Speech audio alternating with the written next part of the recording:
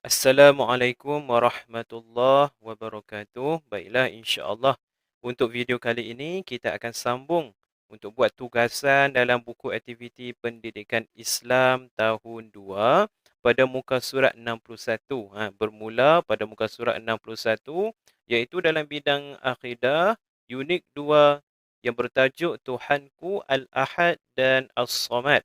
Okey, baiklah kita baca dulu arahan yang pertama ini. Tuliskan nombor dan susun semula. Okey, dekat bawah ni ada dua soalan. Dua soalan. Yang pertamanya Ustaz akan bacakan di sini ya. Erti al-ahad dan yang kedua ialah erti as-samad. Ini berkenaan dengan tajuk inilah. Okey. Okey, di sini ada untuk erti al-ahad ini ada 3 kotak yang diberikan. Okey, di sini ialah ada ruang jawapan lah untuk kamu semua tulis. Okey, di sini pula ini adalah ruang untuk kamu tuliskan nombor. Sebab di sini dia minta kamu susun semula. Susun semula apa? Susun semula ayat ni supaya menjadi ayat yang betul dan sempurna.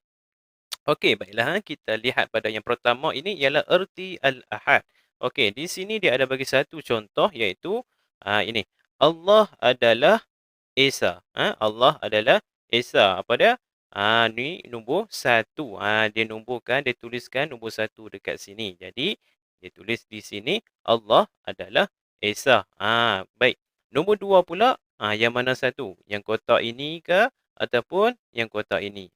Jadi, kamu perlu tuliskan nombor mana satu? Ini ke nombor 2 ataupun ini nombor 2?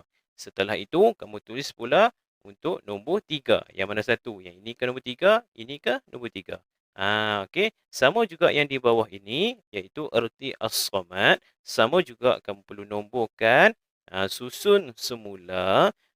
Susun semula ayat ini menjadi ayat yang betul dan sempurna. Okey, tuliskan kamu punya ayat lengkap kamu yang betul itu di bawah ini. Okey, di mana kamu boleh rujuk tentang erti al-ahad dan juga erti as-samad. Baiklah, kamu boleh rujuk pada buku teks muka surat 62 hingga 63. Okey, mari kita rujuk buku teks sama-sama. Okey, baiklah kita rujuk buku teks pada muka surat 62 dahulu. 62. Okey, ini adalah erti bagi al-ahad. Erti bagi al-ahad. Okey, maksud al-ahad itu apa? Al-ahad bererti Allah Maha Esa, tunggal dan tiada yang berhak disembah melainkannya. Inilah yang ayat yang perlu kamu susun tadi tu. Jadi kami boleh rujuk di sini sahaja. Okey, tak ada masalah. Dan kemudian untuk as-samad pada muka surat 63. Kamu boleh rujuk pada muka surat 63. Ini adalah erti as-samad. As-samad bererti Allah Maha Pelindung dan tempat tumpuan segala hajat. Ini adalah erti as-samad. Iaitu Allah Maha Pelindung. Okey, kamu boleh rujuk dalam buku teks. Baiklah, kita kembali semula ke buku aktiviti pendidikan Islam. Okey, baiklah. Kita kembali semula kepada buku aktiviti pendidikan Islam tahun 2. Kita lihat pada muka surat 62. Lihat pada arahannya. Pilih dan tulis jawapan yang betul. Pilih dan tulis jawapan yang betul. Okey, di sini adanya dua kotak yang mana kamu boleh pilih mana satu jawapan yang betul untuk kamu tulis. Letakkan pada ruang kosong yang disediakan. Contoh dia ada bagi satu. Okey, contoh ini adalah dalam Al-Quran. Dalil Naqli dalam Al-Quran. Okey, contoh Ustaz baca. Qul huwallah. Nampak tak? Qul huwallahu. Apa kat sini?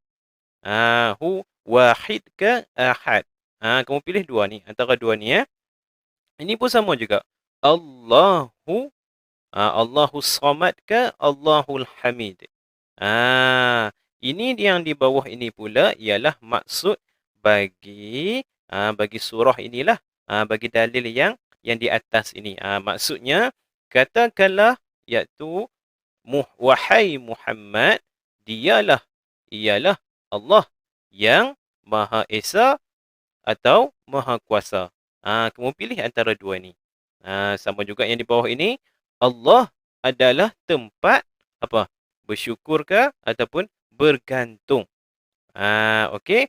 Di mana kamu boleh rujuk? Kamu boleh rujuk pada buku teks muka surat 62 hingga 63. Okey, mari kita rujuk buku teks sama-sama. Okey, baiklah. Di dalam buku teks ini, pada muka surat 62, ini adalah Al-Ahad. Al-Ahad, ini dalil nakhlinya. Okey, bismillahirrahmanirrahim. Ustaz baca. Qul huwallahu ahad. Nampak tak? Maksudnya, katakanlah, wahai Muhammad, dialah Allah yang Maha Esa. Ini bagi Al-Ahad. Kita lihat pula As-Samad. As-Samad dalil nakhlinya. Bismillahirrahmanirrahim. Allahus Samad. Allahus Samad. Maksudnya, Allah ialah tempat bergantung. Ini dari surah mana ni? Ini dari surah Al-Ikhlas. Surah Al-Ikhlas. Mesti kamu dah hafal surah Al-Ikhlas kan? Okay, Ustaz akan baca surah Al-Ikhlas. Bismillahirrahmanirrahim. Qul huwallahu ahad. Allahus samad. Lam yalid wa lam yulad. Wa lam yakul lahu kufuwan ahad. Baik, itu ialah surah Al-Ikhlas. Jadi kamu boleh rujuk dalam Al-Quran surah Al-Ikhlas. Baiklah, kita kembali semula ke buku aktiviti pendidikan Islam. Okey, baiklah, kita lihat pula pada muka surat 63. Okey, Ustaz akan baca arahannya. Tuliskan betul atau salah pada pernyataan yang di bawah inilah. Okey, ada 5 pernyataan. Ini contoh yang pertama, dia dah bagi jawapan dah. Contoh, alam yang tersusun rapi ialah tanda Allah Maha Esa. Betul atau salah? Di sini dia letakkan jawapan betul. Okey, nombor 1. Kita lihat, alam akan harmoni dengan banyak Tuhan yang mentadbirnya. Betul ke atau salah? Betul tak? Ustaz akan baca lagi sekali ya. Alam akan harmoni dengan banyak Tuhan yang mentadbirnya. Betul ataupun salah? Kamu kena tahu Al-Ahad tu maksudnya apa? Okey. Nanti kamu jawab. Okey. Nombor 2. Segala yang ada di alam ini terjadi dengan sendirinya. Betul ataupun salah? Okey. Nombor 3. Allah memberikan perlindungan kepada semua makhluk. Betul ataupun salah? Okey, kamu perlu tuliskan betul ataupun salah di ruang kosong ni, di kotak kosong ni. Nombor 4. Semua kehendak manusia ditentukan oleh mereka sendiri. Betul ataupun salah? Okey, kamu tuliskan jawapan dia. Nombor 5. Hanya Allah mampu menunaikan keperluan semua makhluk. Betul ataupun salah? Okey, kamu akan tulis jawapannya. Di mana kamu boleh rujuk di buku teks? Okey, kamu boleh rujuk buku teks pada muka surat 63. Okey, baik. Mari kita lihat sekejap dalam buku teks pendidikan Islam. Okey, baiklah. Kita lihat pada buku teks muka surat 62 dahulu. Di mana kamu boleh rujuk? Okey, di sini dalil akhli. Okey, Ustaz akan baca dalil akhli. Okey, Ustaz akan baca. Kita melihat aturan alam yang diuruskan dengan sistematik. Hal ini membuktikan hanya Allah Tuhan yang mentadbir alam ini. Maknanya apa? Allah Tuhan yang satu mentadbir alam ini. Okey. Jika Tuhan lebih daripada satu, maksudnya Tuhan itu banyak, akan berlaku huru-hara di alam ini.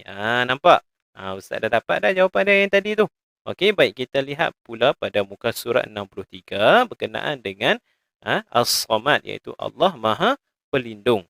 Okey, dalil akhlinya Allah menciptakan seluruh alam. Allah menciptakan seluruh alam.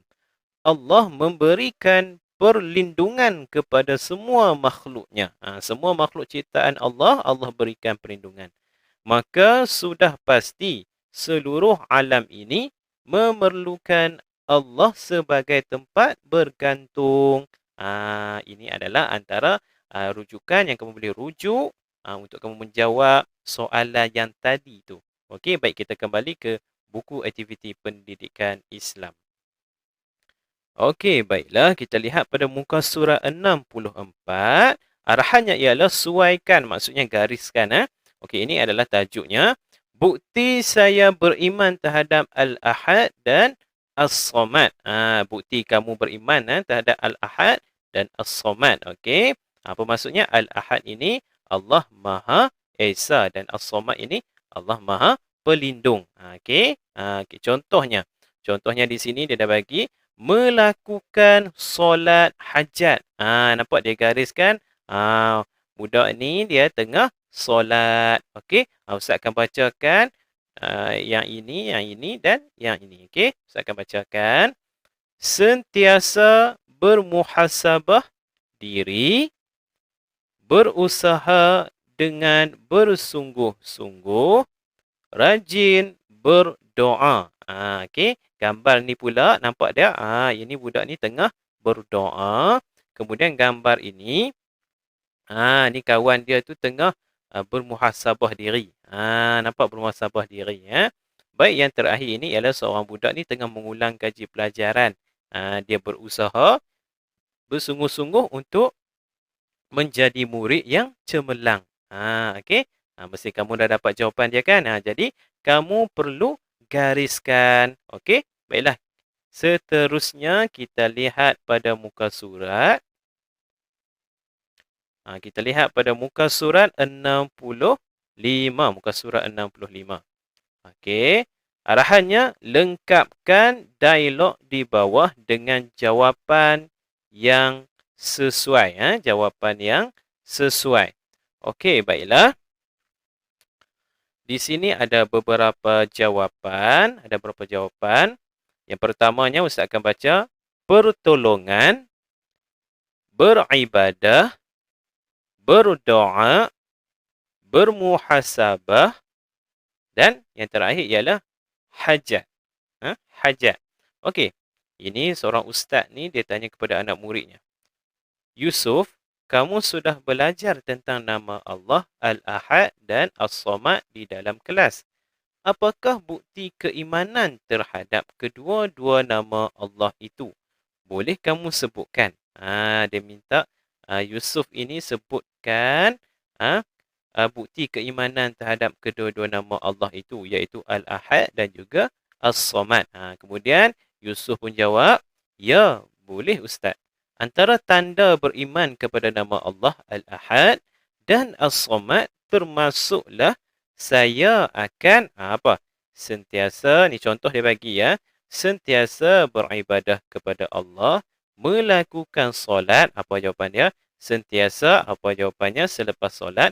Meyakini apa dia? Daripada Allah. Nombor 4, sentiasa diri. Mana kamu dapat jawapan? Di atas ini. Di atas ini Ustaz baca lagi sekali. Pertolongan, beribadah, berdoa, bermuhasabah, hajat. Okey. Nombor 1 Ustaz baca. Melakukan solat, apa jawapannya? Sentiasa selepas solat. Nombor 3, meyakini daripada Allah. Nombor 4, sentiasa diri. Okey, kamu perlu cari jawapannya di atas ini saja. Okey, mudah saja. Baiklah, kita lihat pada muka surat yang terakhir, iaitu muka surat 66. Baik. Arahannya ialah kelaskan. Okey, kelaskan. Ini tajuknya, bukti saya beriman terhadap Al-Ahad dan As-Samad. Sama juga yang tadi Okey. Ini adalah dia punya jawapan dah yang kamu perlu letakkan pada ruang jawapan yang disediakan. Okey. Baiklah, Ustaz akan bacakan satu persatu. Yang pertama, melakukan solat hajat. Yang bawah ni pula, tidak mensyirikkan Allah. Yang ini pula, sentiasa bermuhasabah diri. Yang terakhir, selalu berangan-angan. Okey. Baiklah, untuk yang di bawah ini, beriman kepada Allah semata-mata. Ni sentiasa beribadah. Ini kamu letakkan. Kamu pilih saja yang jawapan yang ada di sini. Okey. Ni beriman kepada Allah semata-mata. Kamu pilih saja kat sini. Memohon pertolongan kepada Allah. Yang ni jawapan dia bagi. Rajin berdoa. Rajin berdoa. Memohon pertolongan kepada Allah. Apa yang kamu perlu buat? Kamu melakukan solat hajat ke? Tidak mensyirikkan Allah ke? Sentiasa bermuhasabah diri ke? Atau selalu berangan-angan? Pilih. Baik, yang terakhir. Menjadi Muslim yang taat. Menjadi Muslim yang taat. Nombor satu dia dah bagi. Berusaha dengan bersungguh-sungguh. Berusaha dengan bersungguh-sungguh. Untuk kamu menjadi Muslim yang taat, antaranya kamu perlu berusaha dengan bersungguh-sungguh. Lagi nombor dua apa? Melakukan solat hajat ke? Tidak mensyirikkan Allah ke? Sentiasa bermuhasabah diri ke? Ataupun selalu berangan-angan? Pilih yang mana? Yang mana yang kamu rasa itu jawapan yang betul. Nanti kita akan semak sama-sama. Okey, lagi sekali Ustaz akan baca. Yang pertama ini, melakukan solat hajat. Tidak mensyirikkan Allah, sentiasa bermuhasabah diri, selalu berangan-angan. Jadi kamu kena pilih jawapan yang di atas ini dan letakkan pada ruang jawapan yang disediakan. Ada 1, 2, 3. 3 ruang jawapan yang kamu perlu tuliskan.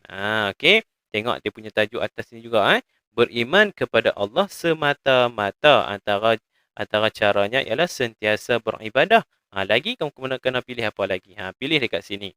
Ini pula memohon pertolongan kepada Allah. Antaranya dengan rajin berdoa. Lagi apa lagi yang kamu kena buat? Pilih yang atas ni. Bawah ni pula, menjadi Muslim yang taat. Macam mana jadi Muslim yang taat? Nombor 1 dia dah letakkan berusaha dengan bersungguh-sungguh. Yang seterusnya nombor 2 apa dia? Kamu pilih saja dekat sini. Okey, baiklah, itu sahaja untuk bimbingan tugasan buku aktiviti pendidikan Islam tahun 2.